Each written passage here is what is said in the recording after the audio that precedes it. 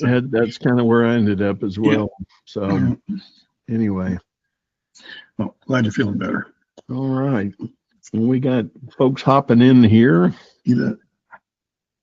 Happy Monday, everybody who's joining in. And of course, we got more note takers than we got real people, but that's not unusual. Keep coming in. So, Katie, how are you and Chris doing? You running headlong to your close? We are. As is typical, I remember this from our early weeks with Acquira that the finish line keeps moving just a little bit here and there. So originally we were hoping for mid-February, but I think more realistically it'll be a late February close. But still making good progress every single day. Haven't had any surprises, knocking on wood. So things are going great. Just out of curiosity, is that delay on the bank or legal, or what's holding it up a little bit? Yeah, I think it is a culmination of all things. The bank was very clear with us on their expectations on we need a draft, a pretty final draft of the purchase agreement, at least 12 business days prior to closing. And 12 business days is, today going to push us after the middle of the month. So I think it's just putting finishing touches on the purchase agreement, which again, we've been fortunate that I think we did a lot of the heavy lifting in negotiation with the LOI. And now that's generating a positive return for us in terms of negotiating the purchase agreement, even though there's some little nitpicky things, the heavy lifting has already been done. So that's great. Great. All good. That's good stuff. Good stuff. Mark, good to see you. Any news on your deal progress? Yeah. We've got the purchase agreement in draft right now. Just looking for the updated financials to make sure we're still on track. Again, that see if the accelerator has been pressed again, or is it still off? Once we get that squared away, we're going to try to get a target date for close. Nice. Yep. Well, congrats on that. You look down through the list here. Yeah, congrats, Mark. All right, great. Thank you. Let's see. Got several of our newer folks coming in. That's great. Good to see everybody. Anybody else have a thought or comment they'd like to share with the group before we get cranked up here?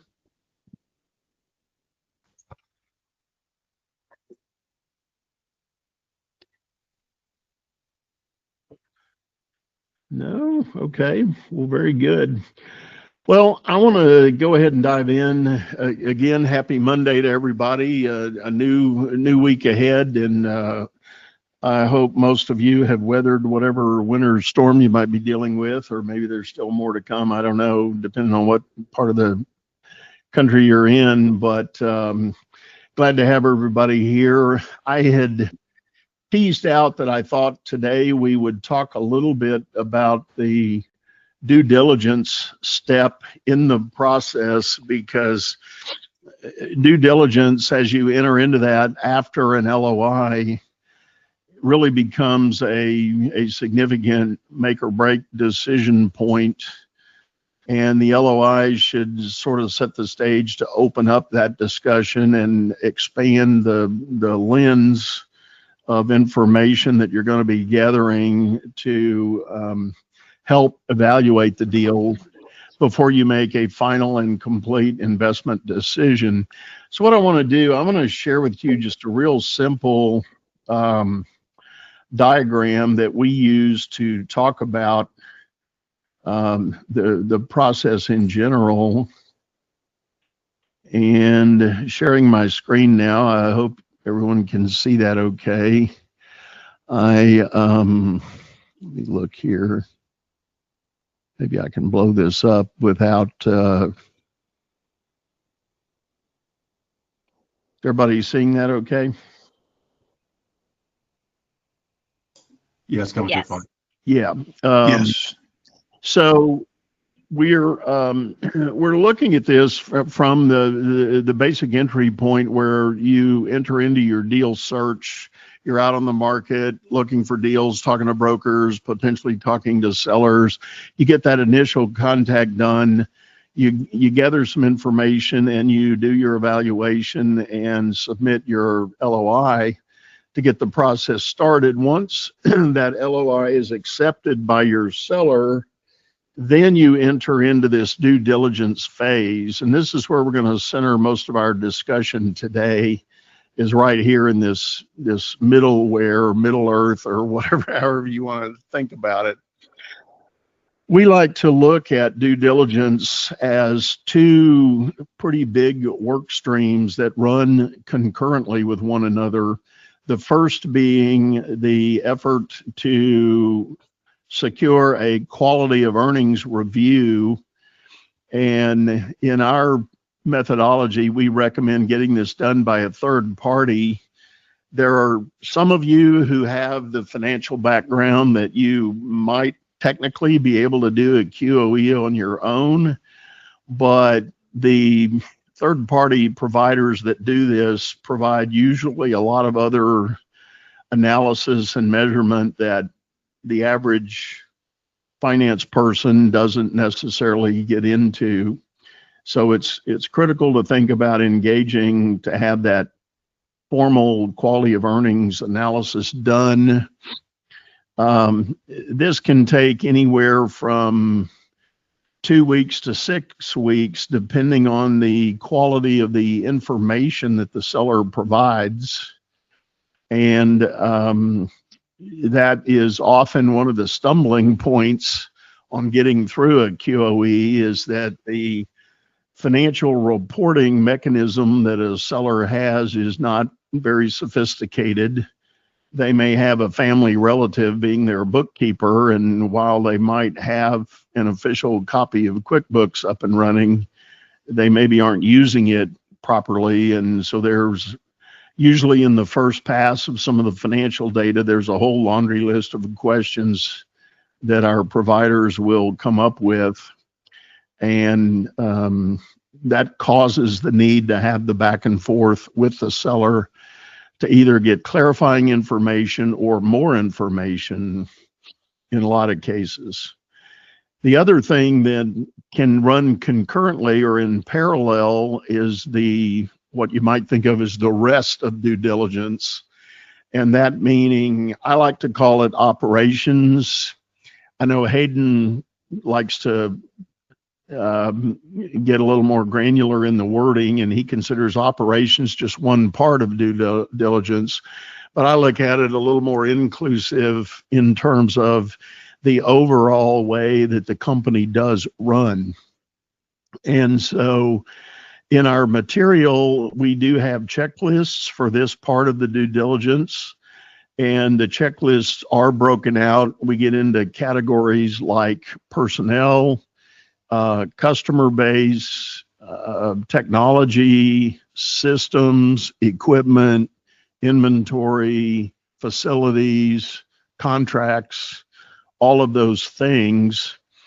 And the answer is yes, all of that needs to be explored and understood to allow you to be positioned to understand the real day-to-day nuts and bolts of how the business operates, so that you can make an assessment of how close you are or how far apart you might be on your ultimate purchase price. And to stay at kind of a high level, call it 10,000 feet for a moment, when these two pieces of work and effort come together, you are positioned to make a final investment decision. That's what we call the FID. Your ultimate choice is a no. Now that I know all this, I'm no longer interested in the business. Go back to the start over with a new deal search. Or you might have a very clear, yes, I like it. The numbers still work. The price we quoted at LOI works. Or there's actually another box potential on here that is not on this chart, but it's what I call a yes, but. Yes, I'm still interested in the deal, but we're going to need to revisit some of the terms and conditions. And that might be the price, that might be the seller note structure, it might be the ultimate structure of other terms and conditions of the purchase. But that'll all be driven by the information that you've found during this due diligence process. So we're not going to talk about the rest of this flow here. We'll save that for other meetings. I do want to center on this diligence process right now. So for the sake of discussion, I'm going to go back out of this and get back to our regular meeting screen. But let's talk about sort of that process of collecting information. And if I may, this is a little bit unprompted or put you on the spot, kind of a hot seat. I'm going to pick on Katie and Mark because you've got deals further along. Share with the group, if you will, guys, would you mind talking about the experience in trying to work with the seller and perhaps through the broker of gathering the information you wanted to look at during due diligence? Can you just kind of give a summary of how that's set up? You want to start, Mark? Yeah, I'll jump in. Okay. Yeah. So what I'll say is I'll go back to one of our previous conversations about broker quality.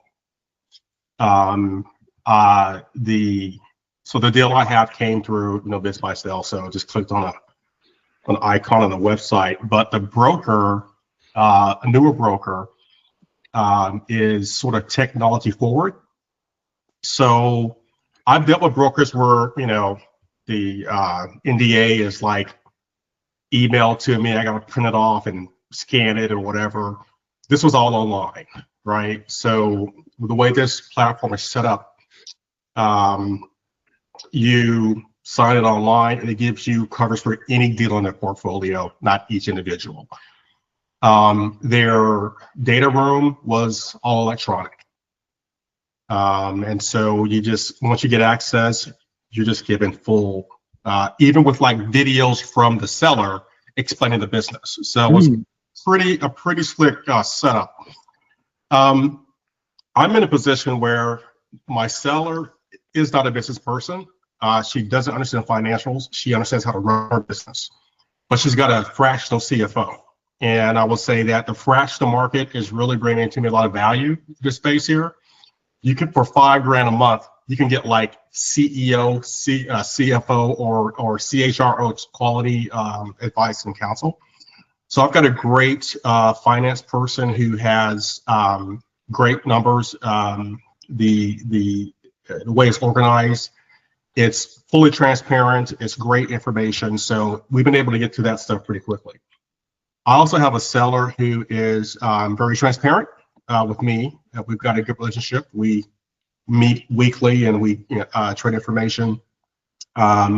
So I have honest brokers in that sense. Broker's honest, but like honest broker from a seller perspective too.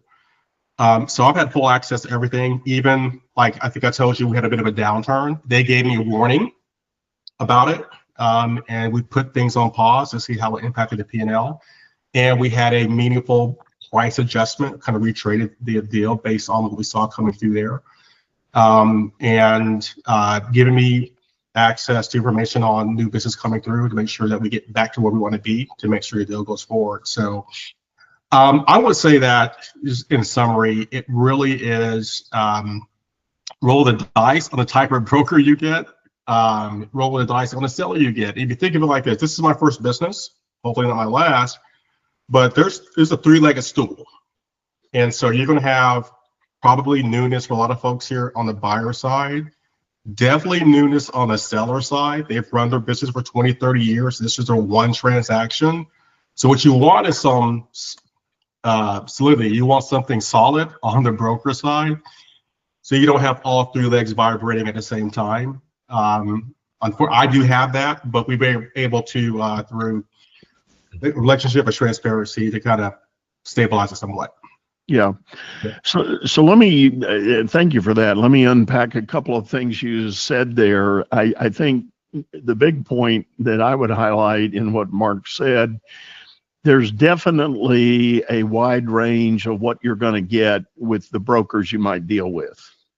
Some brokers are very proactive in staging these deals for optimum outcome. And by that, I mean they facilitate the process as Mark described. You know, they got electronic signing of documents. They've got data rooms that are set up and ready to go. There's quick access to this because the broker knows the best deal needs that information to be expedited. So there's no point in waiting to struggle through accumulating that info.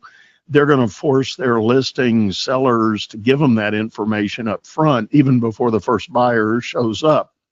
So there are brokers that definitely operate that way. And in fact, I've talked to a few brokers who profess that they won't even take a listing unless the seller is able to satisfy a lot of that, because they know at the end of the day, smart buyers are not going to go for a deal where it's been a struggle to get information. So you've got I like your analogy, Mark, of the three-legged stool, you know, with the broker definitely being one of those legs that can really facilitate well. But the other point, I think, is the relationship with the seller. You mentioned a very willing and cooperative seller. You set up a cadence of meetings to exchange data and information. That's very important, because even if you just start with the due diligence checklist that we've got in the training, there is a mountain of information that is asked for in those checklists. You are not going to get it in one meeting with the seller. It'll just be overload and overwhelm for that seller. So you need to kind of strategically and judiciously pace yourself for asking those questions, asking for that information, and giving them a chance to go get it, or at least think about how they want to answer those questions. And that's fair. That's not an unrealistic expectation. So Katie, you had some thoughts to share on this as well?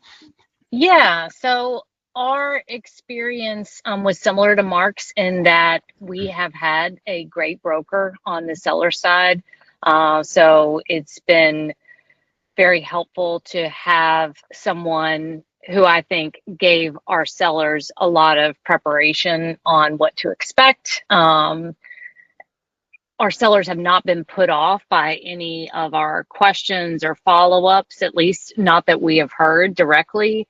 And I think that's because of the work of the broker in preparing them for what the diligence phase would look like.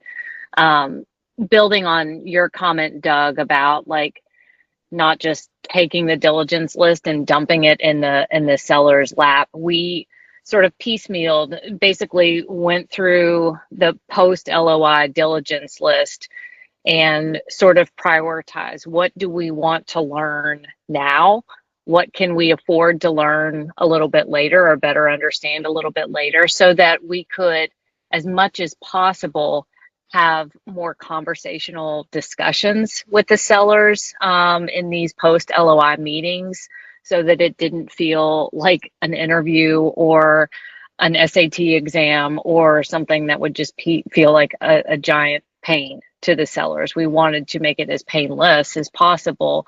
The only time that we really did dump a full sheet of requests for them was when we were conducting the financial diligence, which is a lot of, we need tax returns, we need bank statements, we need X, Y, and Z, which was pretty straightforward. But for a lot of the sales and marketing, for a lot of the operational and HR diligence requests, we tried to structure those in conversational meetings, which worked really well for us.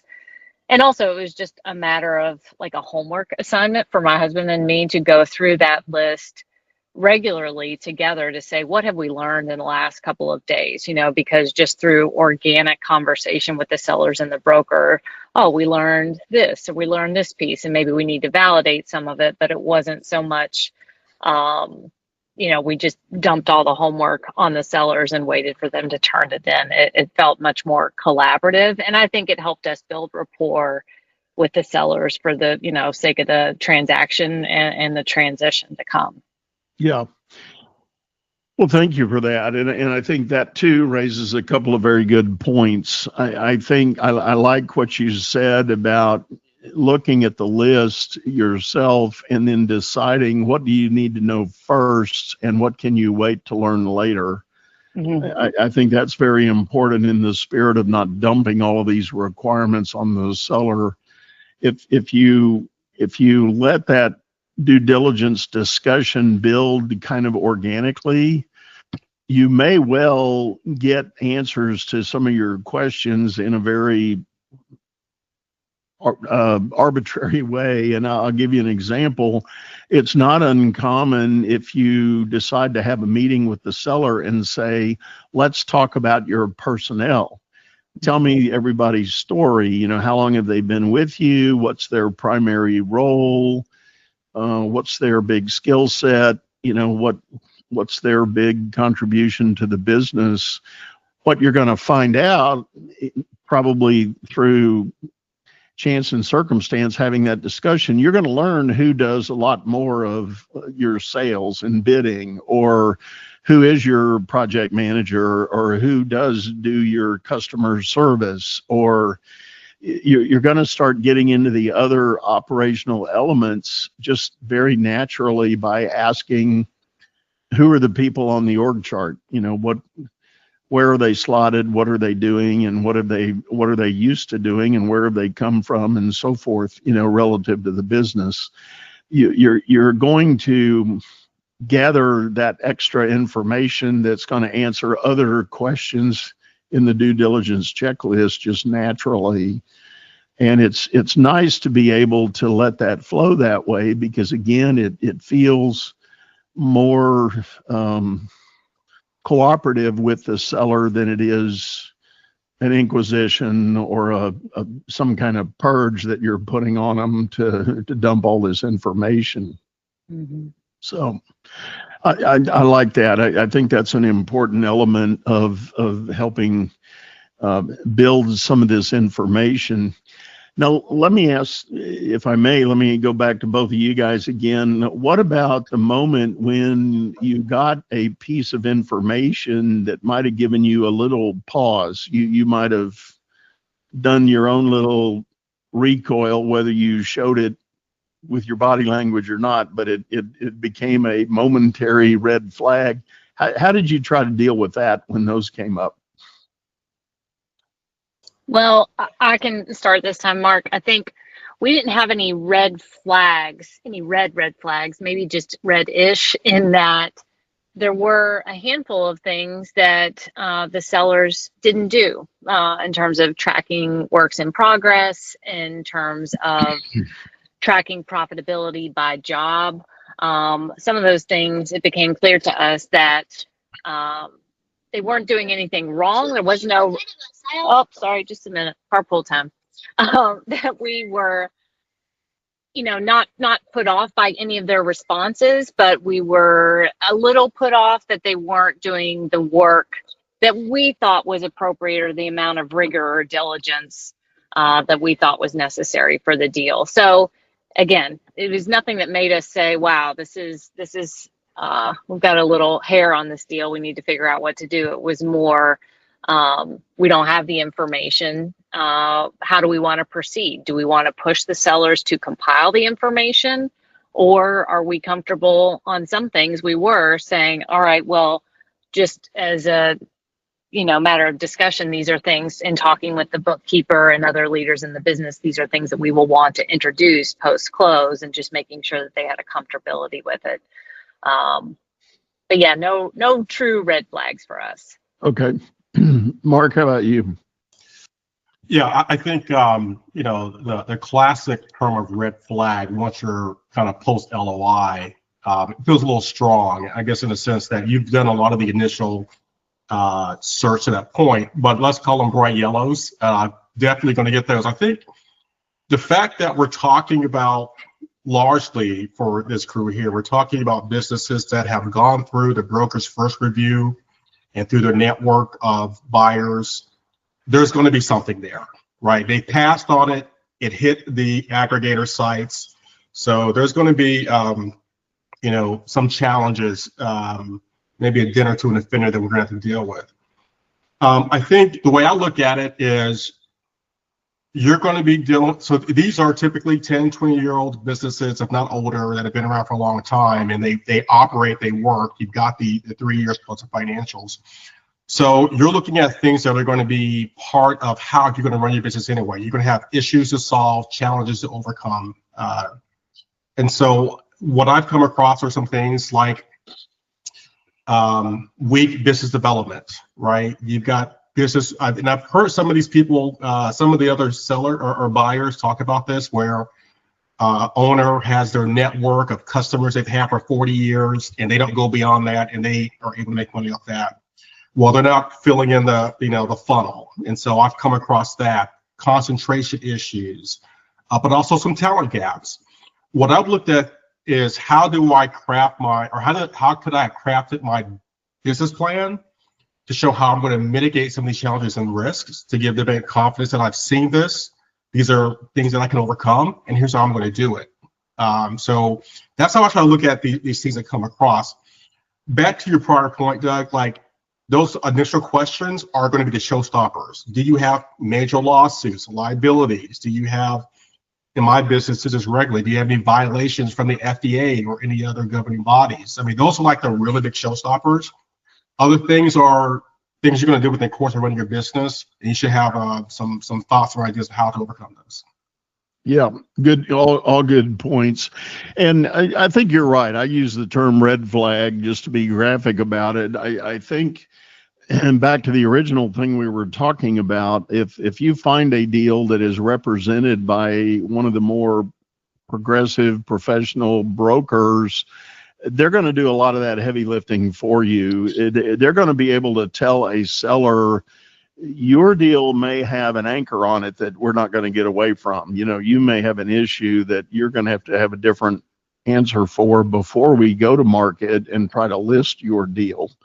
Now, there are brokers, just to be fair and full disclosure, there are brokers that are they'll grab a listing and run with it. And you may be the first person digging into some of these details. And I just want to caution everybody that that's definitely a possibility that could be happening. But I think if you leverage some of the experience and progress that people have made in our network, you can do it through the Slack channel or otherwise, or even on these calls, you're going to get a feel for who some of the more credible brokers are that are representing these deals, where they come from and who they work for. And you'll save yourself a lot of time and effort asking that question or trying to determine that before you get into the heavy lifting of all the other detail.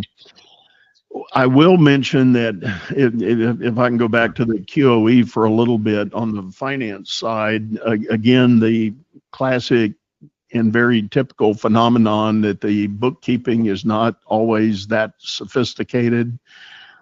One of the quickest ways to determine some things that you might want to look at is when you ask your seller to give you like 3 comparative periods on their financials. If you can spread them line by line, looking year over year, you can see some anomalies. And often the anomaly is first a reason, or I should say caused by just bad bookkeeping. They've misclassified something one year, they put it in a different classification the next year. It's still the same thing.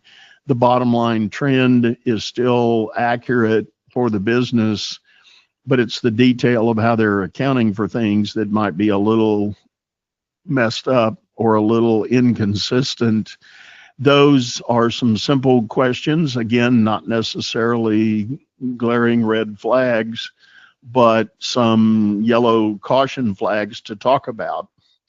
Because you do want to know things like if there's a spike in cost of goods, year over year, you're going to want to see that, and you're going to want to be able to talk about it and understand it. What does that mean? Did they change suppliers? Did they lose a supplier and have to go to an alternate route?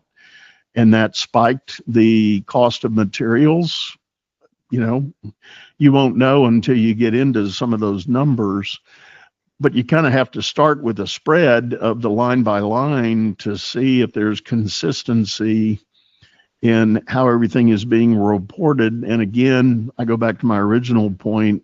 Your QOE provider is going to do most of that for you. That's part of the value of having a third party do it. You don't have to go back to grad school on MBA finance to figure these things out. Nate, you've got a question? Yeah, could you touch on how to evaluate financial diligence providers, right? So like there's a typical package, right? QV, working capital, P&L analysis, all those kinds of components to it. But, as we're looking at different vendors, can you touch to what we should be looking for and asking when we vet who's good and who's average in that space? Yeah. Well, two thoughts come immediate to mind. We do have a couple of preferred vendors that we recommend that we will share with you when you get to that stage. And these are both providers that are, they've done good work for other AEs in the past. They do provide very comprehensive packages. I mean, in both cases, your final report is 60 or more pages of detail that you're going to get. And I'm not saying volume is the only indicator of good outcome, but the more comprehensive the review, the more likelihood they're going to find patterns and anomalies that you're going to want to look at. The primary thing is the so-called quality of earnings. You can do a very rudimentary review potentially on your own by simply asking them to show you their financials, show you their tax returns, and share some bank statements. And you can tick and tie, by period to kind of see if the flow of cash through the bank statement seems to track what is being reported in the company financial, but that in and of itself is not going to give you enough of an indication of where you are. I mean, that's kind of like a bare bones minimum validation of what's happening. On one extreme end of a spectrum, and we did have this happen last year, a seller came to the table, had shown company financials that had a nice, healthy, respectable EBITDA and SDE number to get excited about. But then it turned out when they had gone to the tax man, the tax filing they had done privately as an owner reflected no income at all from the business for tax purposes. And that becomes a fundamental disqualifier in the eyes of the SBA. And we've talked about this before, we've touched on it. And the way I like to look at it, keep in mind, SBA is a quasi-government entity. The IRS is definitely a government entity, and they scratch each other's back. So if somebody's trying to say, I've got a healthy, well-performing business, but I'm not going to pay any taxes on it, that's a definite red flag in the eyes of the SBA. And if the supported tax returns for the business don't tie out to what the financial statements seem to indicate, there will be questions asked about whether or not that becomes a bankable SBA loan. So again, your QOE package is going to address that reconcilement. Now, does it always tie exactly to the penny? No. There are reasons the numbers are slightly different coming from company financials into the tax return, but it shouldn't be, grossly far apart. So that's going to be a big test that will be done. But both of our QOE providers, they will get into a very detailed analysis of potential working capital needs. They will also try to address work in progress. Now, they may not finalize the work in progress schedule that you're going to want to take to closing, but they will validate some portions of that for the interim while you're in due diligence. So it's kind of a gut check of how well the company is in fact performing if the notion of work in progress is a big part of the business. Did that help, Nate? Yes and no. I mean, I'm just like, so if you give me your two preferred providers, right? My question's, how do I know between the two of them, right? It's going to be looking at probably examples of their reports, knowing, hey, look, I'm looking at this type of manufacturing, which you do a lot of reps in, right? Like, what are the key focus areas if I'm evaluating one versus another? That's kind of the crux of, because I mean, I know everybody's got a preferred, it's just hard to evaluate up front, and they usually price pretty competitively, right? I think that's a fair question. And yes, I would definitely ask the providers, whoever they may be, to give you a sample report and list for you the 5 or 6 key areas that they're going to address in the work they give you. And then that should give you enough to be able to sort of set up and compare across the other vendors to see if there's something missing in one versus the other. Sure. Thanks. Okay. Any other questions? Well, one other thing I was going to offer to Nate, just in evaluating the financial diligence providers, is one of my questions was, I didn't just want a report. I wanted someone I could collaborate with as well on, would you or would you not proceed with this deal and under what circumstances? Because I didn't just want someone who's going to dump a lot of analysis. Of course, I wanted that, but I wanted someone who was also willing to sit down with us and talk through how to interpret this information and how to make it actionable.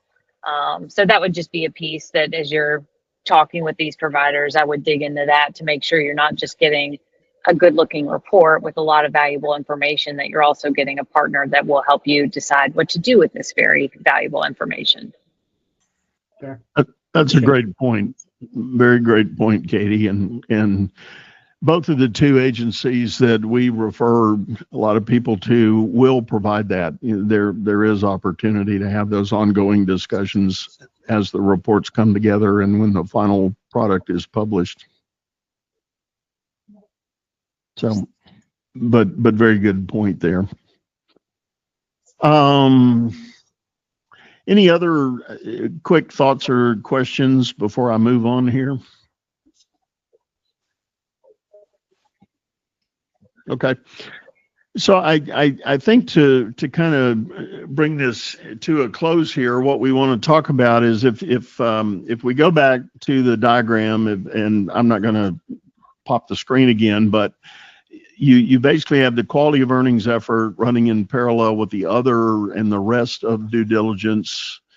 A lot of the Q&A you're doing and data gathering you're doing with the seller and broker. You're going to come together in a culmination to try to make a conscious final investment decision, saying, again, either yes or no, or yes, but.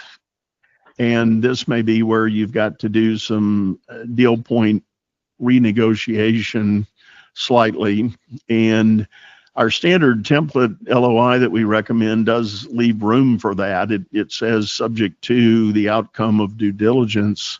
So it's important to leave that door open as you're setting up LOIs.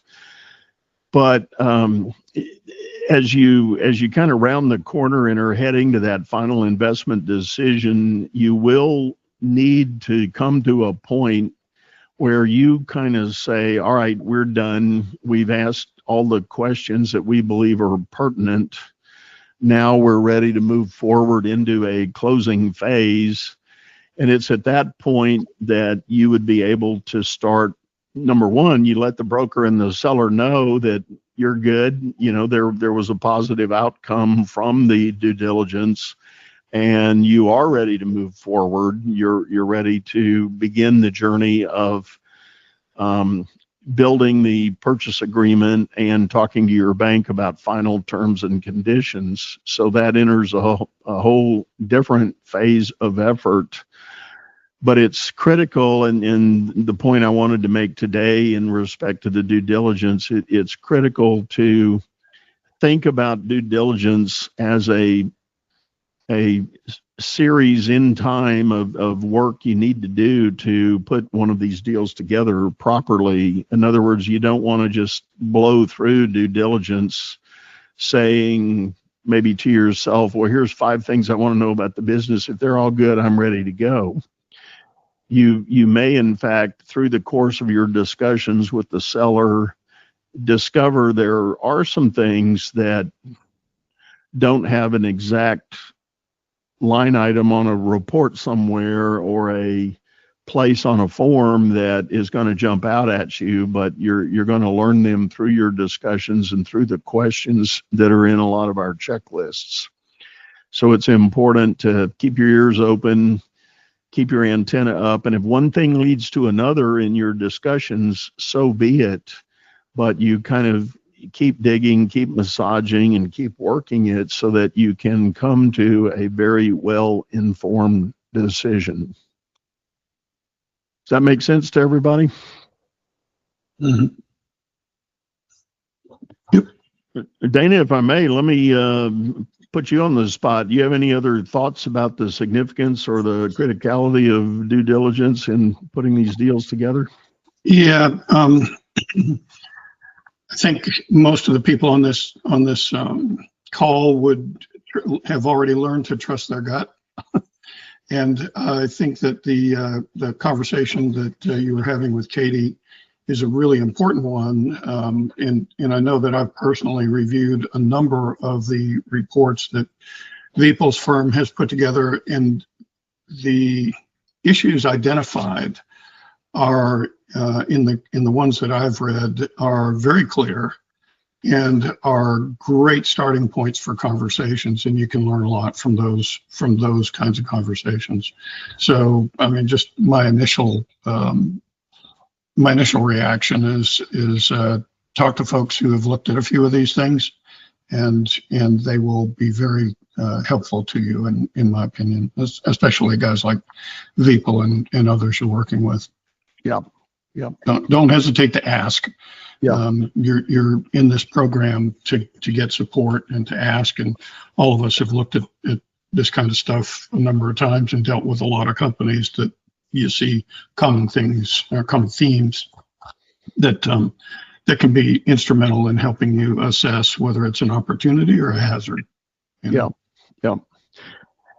And I think what I'd like to do to kind of put a little bit of a exclamation point on everything here is the bottom line at the proverbial end of the day. This is a contact sport. You've got to build that relationship with your broker and seller to try to successfully navigate through this journey, because it does involve a lot of sharing of information, collecting of data that may not otherwise be readily available, but it is pertinent to, go with the flow, find the information as it comes. If one thing leads to another, do not be afraid to ask and continue the dialogue. Leave it as open and amicable as possible. There's no point in getting upset if there's a delay in getting a certain report or getting a piece of information.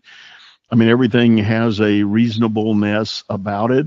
So if there's an inordinate delay in getting information, you might raise that, for instance, with the broker. If the seller seems to be stalling or unable to get you an answer, you can tactfully ask for that to be pressured. And sometimes just the friendly reminder that you're happy to close as fast as this deal can go, but you can't give it a green light until you have your questions answered. So you can kind of tactfully and gracefully share that with both parties to be sure that they're moving along as fast as they can. And I know there's a delicate balance when you start getting a seller engaged to provide a lot of this information, because guess what? They're still trying to run the business. So, they have their day schedule filled up, and there does need to be a little bit of grace and flexibility in that expectation. But at the same time, if they're serious about selling it, they need to be forthcoming with information and work with you. But when it is all said and done, that's a judgment call on your part as to what might be reasonable or not. So just keeping that in the back of your mind, that you want to maintain as positive a relationship with the seller as you can until the very end. And through your transition, you're likely going to have that seller around for a while for good reason. And you want that dynamic to be as positive as you can. So with that, I'm pretty well done with the material I wanted to bring and share with you. Anybody else have a thought or a question, whether it's related to due diligence or not? Happy to take the mic. I'm happy to jump in on the as Katie and Mark are going through the FID. Yeah. Yes, we had a FID no on Friday, so slightly different perspective. And what led to that, Alex, if you don't mind sharing with everybody, just kind of at a high level? Yeah, I mean, piggybacking off of what you and Dana were, kind of just talking about, Dana opened it up with the appropriate answer that, we all should be thinking about is trusting your gut. But yeah, similar to what you were chatting with, we had an experience with a seller that, getting, responses and, answers to stuff in conjunction with running the business became, tiresome. But trying to get weekly meetings like, Mark has setting up was, practically impossible. And retrading the deal based off of, a 30 to 40% decline in revenue from the marketed numbers became, a bit cumbersome. But ultimately, at the end of the day, we just recognized that we were buying a job and we were not buying a business, even though the margins were marketed as very good. And we ultimately decided that there were other deals that we could pay a few more dollars for, that the business was a little bit more established and we wouldn't be buying a startup that we would have to turn into a real business. Yeah.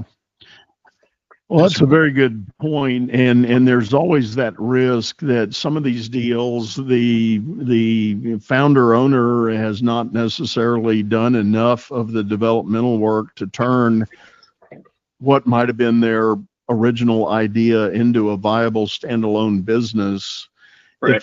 If it's still too much centered on that owner's input day by day, even up to and including doing some of the work, that's an example we always point to.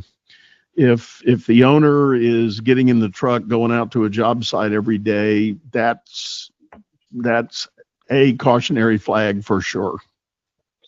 Yeah, it was fun. I mean, I got to go. It was a kitchens and bathrooms home remodeling business, in our neck of the woods. So I actually got to go on a call with him for an estimate, but, then trying to schedule a follow-up with him to, get some information that the lenders needed to, move the deal forward, like a transition plan, it became almost impossible to fit it into his schedule. So, that was part of it. But yeah, Luther had sent me a message on Slack, and, we've been chatting, and he asked me why.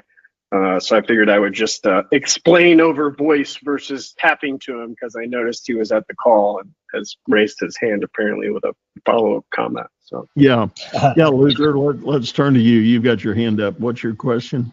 Yeah, no, it's for Alex actually, and thanks for actually chatting about it here, Alex. Sure. It definitely benefits everybody as opposed to just me getting that knowledge from you. But I think the question was more so when you were pretty deep into the process, when you said no, was it just sorry, we're not interested in this deal? Did you give any feedback? Was there a rebuttal from their side? How did that go? Right. Yeah. Going back to Mark's feedback about the broker, I've actually known this guy for 20 years. He helped me out with my previous exit. So I had high expectations for the broker. But, we signed the deal in mid-December. And yeah, I haven't heard from the broker at all, in the past month and a half as far as, making sure that the deal was still on track, what was happening in regards to, securing financing for it, interactions between the seller and I in regards to the due diligence process.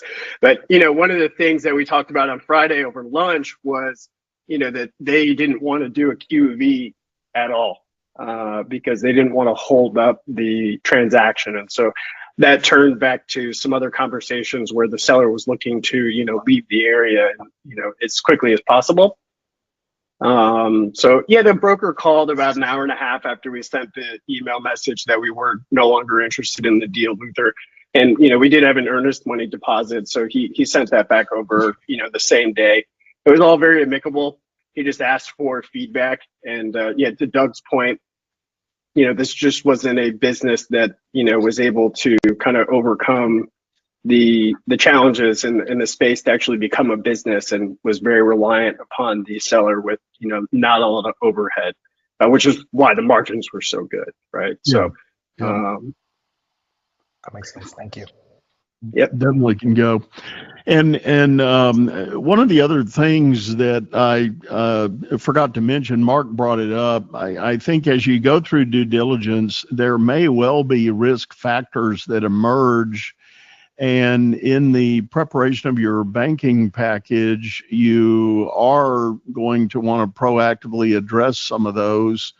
And it's not as much bearing your dirty laundry as it is if it's obvious, if there's some element in the numbers, in the due diligence findings that will show up when the bank starts doing the underwriting. You want to be proactive in addressing them. And I point to our standard pitch deck in our investment committee process. We have a schedule. One of the slides is risk factors and mitigating circumstance, so that you try to proactively address. And what it demonstrates is your eyes are wide open. You vetted the deal. You understand there's some aspect that may not be fully optimized as you might prefer it to be, but it is still very viable and very reasonable. And you've thought about some mitigation effort to overcome it, whether that's hiring certain people or making certain other decisions. You can call that out. And again, that will demonstrate your own credibility as a potential buyer. And I promise you, the banker's going to appreciate that a lot if you very proactively address it, if it is something that's going to show up along the way. Yeah, I think that's kind of where we ended up, back with Luther. And, the things that you're saying is that, the marketed SDE of the business would have allowed for the opportunity to hire those people, and there still would have been some funds left over. But what happened of the SDE, or an average of it, or what the real number was, as entrepreneurial as we are, we're like, I can fix that. I can fix that too. All I have to do is do this, and I can fix that. If you end up with too many I can fix it's, which is what we ended up with, then maybe it's not the right deal. Right. And again, I point back to our due diligence checklist. I think we try to address as many of those potential pitfalls as can be applicable to these deals. And while the checklist is a very broad brush stroke with a lot of detail to it, not every question in the due diligence checklist applies to every deal. So you have to kind of pick and choose what's pertinent on your deal. But you still might consider asking some of those things, even if they don't seem to be, directly obvious, because it could have a ramification on what you'd really like to do with the business once you get it. So, all right, one last time as time comes up here, any other thoughts or questions before we go?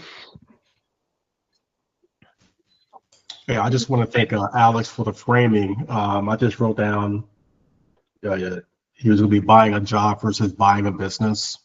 That's I've probably heard it before, but that is super relevant and a great way to kind of think about how to frame conversations going forward. So appreciate that. Yep. That's a great point, Doug. I might just throw in kudos to Alex. He made the right call at the right time for the right reasons. And, you know, it sounds like Alex has got some experience in this game as well. And I think, Mark, you've looked at a bunch of different businesses, haven't you? Yes, I have. Yeah. And Katie, you have too, if I recall. Yeah, I went through a larger acquisition where we sold our pet insurance business. Yeah, okay, that's what I recall. You all are smarter now in doing this than you were when you started doing this kind of thing, aren't you? Indeed. Yeah, you learn from every one of these things, and they all look different, and you come across different things. But wow, your sixth sense and your antenna certainly go up, and they protect you. And Alex, you made a great call. If somebody says they don't want you to do a QOE because they want the transaction to go through faster, that would make me really nervous. So yeah, they were talking about, well, how much money can you give me today, and then you don't have to use a bank at all. Yeah, that's good call. Yeah. Good call. Well, and I'll add kind of in closing here, I know we've had some chatter in our Slack channel over the last couple of months. There was a train wreck of a deal that it was not associated with Acquire at all, but it was talked about on the Acquiring Minds podcast. And some guy bought a construction company, did fundamentally no due diligence, no QOE, just took pledge and word of mouth at face value from the seller, and it became a giant, colossal train wreck. Apparently, I see him about once a month. Oh, you know the guy? Yeah, I see him once a month. Yeah. Oh, wow. Well, you know, when I listened to that episode, when the chatter first started up on Slack, I went out. I wanted to be proactive. I listened to the show. And I'm sorry, I don't, no disrespect to the person you know, but I'm like, dude, you got to be kidding me. You went through that and you pulled the trigger and signed up for without knowing any of those things. It's like, wow. Yeah. You know, and it very much is a kind of buyer beware cautionary tale. But my point is in bringing this up, there are plenty of very proactive disciplines you can employ using our checklists and our methods for executing due diligence that'll give you as much reasonable protection against these deals as humanly possible going in. And not to say anything is ever absolute, but you can sure eliminate a lot of speculation and doubt by following the process and getting through it proactively. So with that, I'm going to sign off, say goodbye. I hope to see everybody next week. Have a good one.